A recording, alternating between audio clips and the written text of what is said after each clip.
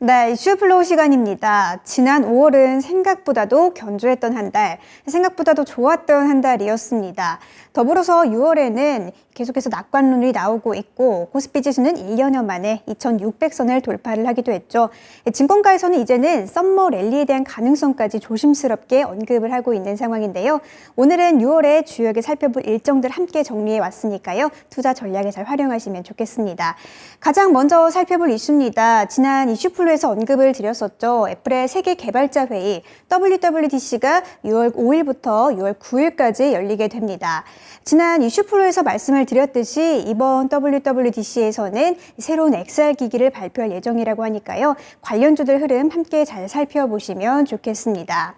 이어서 둘째 주로 넘어가 보도록 하겠습니다. 둘째 주에는 6월의 가장 빅 이벤트죠. FOMC가 있습니다. 6월 13일부터 14일까지 FOMC가 열릴 예정이고요. 함께 미국의 CPI도 발표가 될 예정인데요. 지난 FOMC에서는 금리를 25bp 인상하는 베이비 스텝을 단행을 했죠. 시장에서는 계속해서 금리 인상의 끝에 주목을 하고 있는 만큼 이번 FOMC는 굉장히 중요하게 살펴보셔야 할 것 같습니다. 이어서 6월 28일으로 넘어가 보도록 하겠습니다. 6월 28일부터 우리 모두가 어려지게 됩니다. 우리나라도 만나이 통일법을 시행을 하게 되고요. 미국 쪽에서는 미국의 마이크론이 실적을 발표를 합니다. 반도체 업황이 2분기 바닥을 다지고 3분기부터는 회복될 것이다 라는 기대감이 있는 상황이죠. 여기서 이 마이크론의 실적 발표가 또 어떤 영향을 미칠지도 함께 체크를 해보시면 좋겠습니다. 마지막으로 6월 29일으로 넘어가 보게 되면 미국의 1분기 GDP 확정치가 발표가 되고요. 유럽연합 쪽에서는 이 정상회의가 있을 예정입니다. 이렇게 주요 일정들을 함께 살펴봤는데요. 외에도 인공지능 쪽에서는 오픈 AI CU가 6월 9일에 방한을 할 예정이라고 하고요. 또 로봇 쪽에서는 정부에서 첨단 산업 로봇 전략이 발표가 될 예정이라고 하니까 관련주들 흐름까지 함께 살펴보셔야겠네요. 6월은 이렇게 참 살펴볼 게 많은 한 달인 것 같습니다. 여기서 오늘의 이슈 공개합니다. 네, 오늘의 이슈입니다. 금리 동결 가능성, 연준의 말말말인데요. FOMC에 관한 내용 그리고 투자 전략까지 김영일 전문가와 이슈 플로우 통해서 함께 살펴보시죠. 네, 앞서 얘기를 들으신 것처럼 부채 한도와 관련된 부분들이 이제 해소가 되면서 향후 2년 동안 이 걱정은 안 해도 된다라는 얘기가 나오니까 이제 시장에서는 FOMC 다시 금리로 시선을 돌리고 있는 그런 상황입니다. 자, 그런 가운데 이제 금리 동결에 대한 가능성, 연준에 대해서 여러 가지 힌트들이 나오는데요. 이 부분을 김영일 전문가와 나눠보도록 하겠습니다. 자, 전문가님 안녕하십니까? 네, 반갑습니다. 김영희 전문가입니다. 네, 오늘은 또 함께 웹캠으로 또 함께 하시는데요. 이제 세 가지 플로우로 나눠보도록 하겠습니다. 자, 첫 번째, 급부상한 금리 동결에 대한 가능성. 6월 FOMC 전에 주요 일정은 어떤 게 있고 또 두 번째로는 연준에서 위원들이 하는 말들 여기에 다 힌트가 있습니다. 하나씩 다 좀 해석을 해보고요. FOMC 전에 투자 전략을 들어가 보겠습니다. 자, 첫 번째 내용부터 부탁드리겠습니다. 네, 일단 오늘은 본격적으로 6월 시장을 시작하기 전에 잠시 6월장을 맛보고 가는 하루가 아닐까 생각이 됩니다. 내일 또 쉬는 날이기 때문에 아무래도 오늘 같은 경우에는 연휴 전날에 매수세가 강할 수는 없겠죠. 지금 현재 이 미국장이 상당히 조금 강세를 보였음에도 불구하고 우리 시장은 생각보다는 강세를 보여주지는 않는 것 같아요.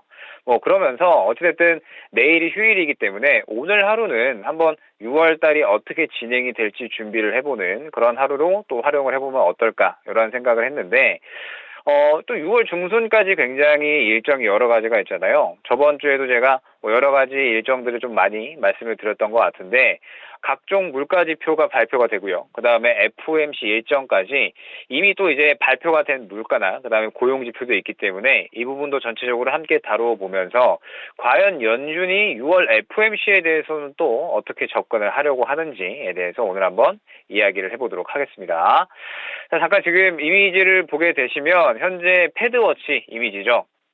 지금 현재 오늘 이 따끈따끈한 금리 인상 가능성 지표라고 보시면 되는데 현재 이 왼쪽에 보시는 게 금리 동결 가능성입니다. 이 금리 동결 가능성이 금리 인상 가능성보다 상당히 훨씬 높은 모습을 보여주고 있죠. 70% 이상의 금리 동결 가능성이 상당히 이제 치고 올라온 모습을 확인을 할 수가 있는데, 이러한 원인은 바로 최근 나왔던 경제 지표들, 그다음에 이 부채 한도 협상권에 대한 부분이 원인이 아닐까 생각을 하고 있습니다.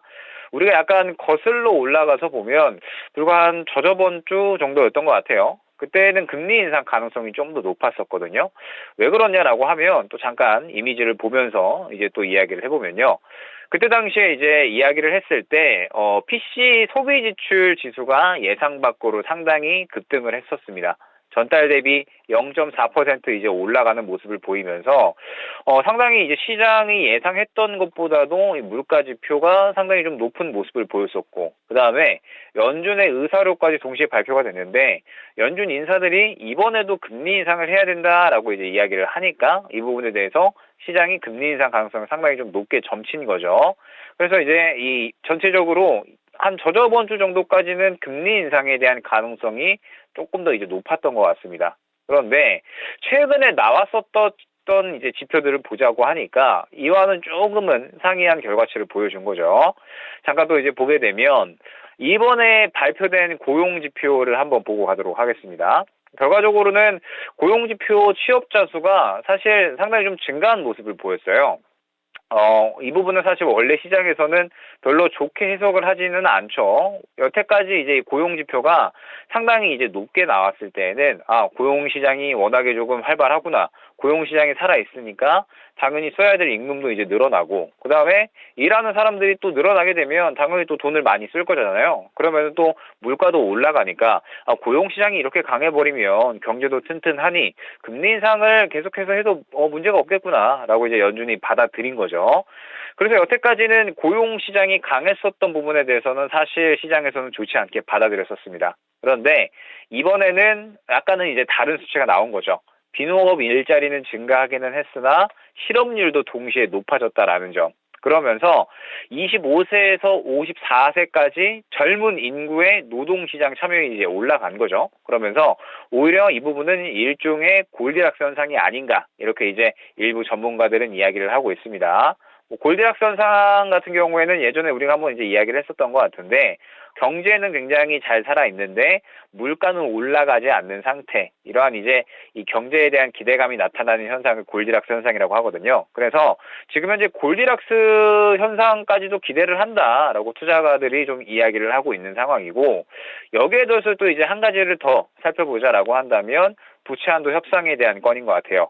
최근에 이제 부채 한도 협상이 타결이 됐죠. 그러면서 이 부분도 영향이 있다라고 생각을 해주시면 됩니다. 보통 부채 한도 협상이 타결되면 이 부채의 이 상한선이 늘어나기 때문에 국채 발행 물량이 늘어나게 되거든요. 그래서 이 미국의 시중 유동성을 흡수하는 효과가 발생을 하게 됩니다. 그러면 당연히 연준이 나서서 금리를 올리지 않아도 유동성이 축소가 되기 때문에 금리를 어느 정도는 올리는 효과를 또 어느 정도 받아들일 수가 있거든요. 때문에 현 시점에서 부채 한도 협상 타결까지 이루어지게 되다 보니까 금리 인상의 필요성이 마찬가지로 떨어졌다라고 생각을 해주시면 되는 겁니다.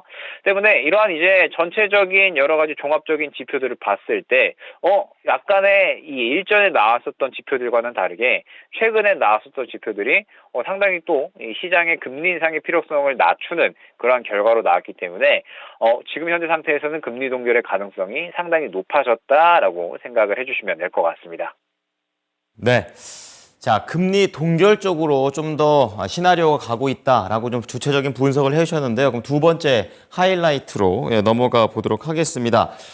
그렇다면 이제 연준 위원들의 발언도 상당히 중요합니다. 근데 뭐 일관되게 한 목소리가 아니기 때문에 이제 말들을 하나씩 좀 분석을 해봐야 되겠는데요. 현지 분위기 어떻습니까? 일단 최근에 연준 인사들의 이러한 이 의견들을 보게 되면 상당히 왔다 갔다 하고 있는 것 같아요. 여태까지 연준이 금리를 인상할 때마다 가장 큰 배경으로 뭘 얘기를 했었냐면 아직 노동시장이 과열이 돼 있다라고 이제 많이 이야기를 했었거든요. 5월 비농업 부문의 신규 고용이 어찌됐든 33만 9천 명이 증가를 했습니다. 그러면서 예상치였던 19만 명 대비 큰 폭으로 상회를 했기 때문에 결국은 노동시장은 어찌됐든 결과를 봤을 때 뜨겁다라는 이야기가 됩니다. 어찌됐든 뭐 5월 실업률이 상당히 큰 폭으로 또 상승을 하기는 했지만 여전히 이제 노동시장에서도 어찌됐든 이 고용자 수는 전체적으로 증가를 하는 모습을 보였거든요. 때문에 실업자 수도 증가를 하고 그 다음에 고용시장, 고용 이 지표 자체도 어찌됐든 올라오다 보니까 지금은 이제 연준에서도 어떻게 해야 될까 이런 부분들은 아직 정확하게 정하지를 못하고 있는 것 같아요. 그래서 이제 연준 인사들이 금리 인상해야 된다. 아니다. 금리는 지금 한 차례 정도는 템포를 좀 쉬어가도 되지 않을까. 전체적으로 의견이 갈리고 있는 것 같거든요.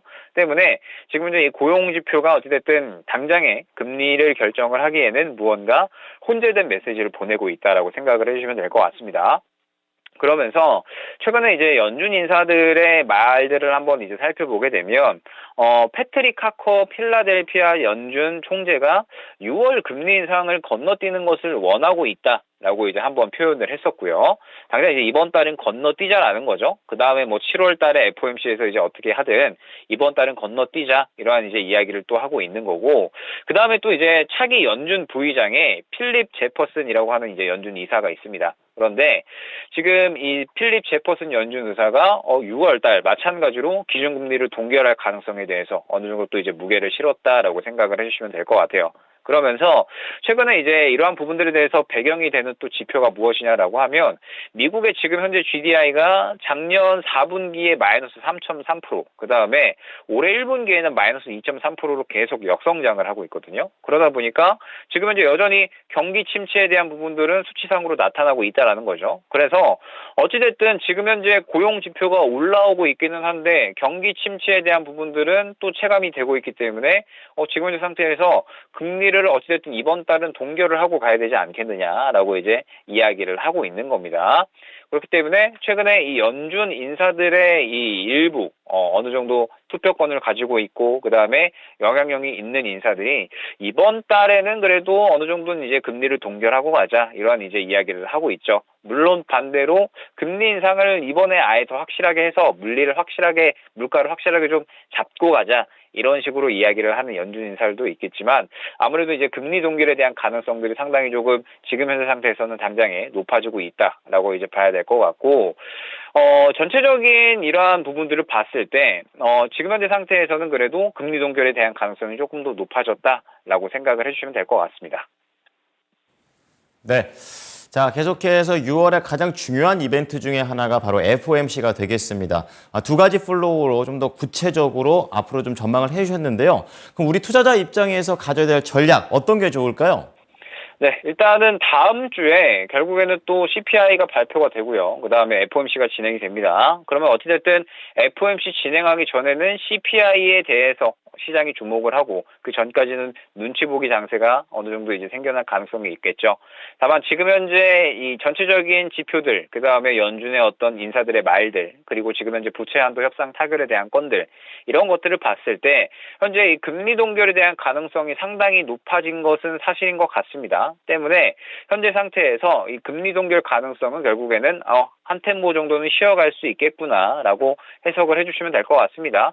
7월 달에는 또 당장 금리 인상을 또 바로 할 수도 있다라고 이야기를 하고 있는 상태고, 일부에서는 또 베이비 스텝이 아니라 빅 스텝까지도 7월 달에 이야기를 하고 있는 상태라서 어찌됐든 이번 달에는 쉬어갈 수는 있겠다라고 생각을 이제 해주시면 될 것 같아요. 자, 그러면서 이제 시장에 대한 부분을 조금 더 이야기를 해보면, 간밤, 그리고 이제 주말 동안에 이 미증시가 상당히 좀 강했었죠. 상당히 강했었음에도 불구하고 우리 증시는 오늘 생각보다는 약한 것 같습니다. 사실 종목들을 보게 되면 전체적으로 그렇게 강하다라는 느낌도 안 들고, 그 다음에 오전에 리튬 갔다가 그 다음에 또 이제 곡물 갔다가 그 다음에 지금 또 설탕값 올라간다라고 해가지고 설탕 관련된 종목들도 막 중구난방으로 올라가고 있거든요. 결국에는 여전히 오늘 같은 경우에는 상당히 좀 수급이 중구난방이다라고 생각을 합니다. 그러면서 이제 특이점이 하나 좀 생길 만한 것이 무엇이냐라고 했을 때, 간밤에 미국 시장에서 반도체 지수가 상당히 조금 이제 하락을 했거든요.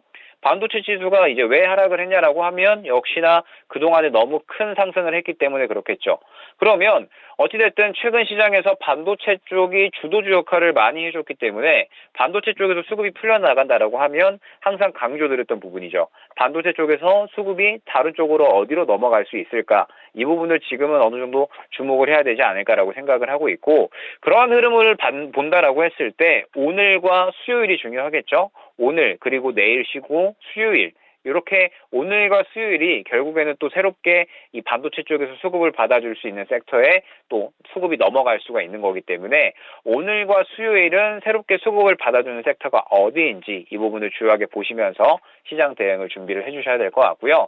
그러면서 말씀드렸듯이 다음 주 CPI 발표되고요. 그 다음에 또 FOMC까지 이제 예정이 되어 있기 때문에 결국에는 FOMC 정도는 지나가야 시장의 방향성이 또 확실하게 나오지 않을까.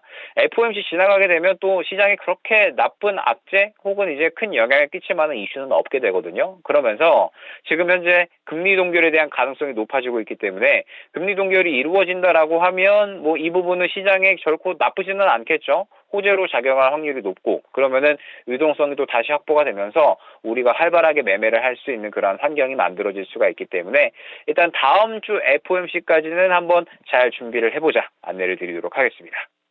네. 자, 이럴 때 놀지 않고 잘 준비하는 기간으로 삼아 보겠습니다. 오늘 말씀 감사합니다. 네, 감사합니다. 네. 자, 오늘 시장 얘기 자세하게 들어봤습니다. 김영일 전문가였습니다.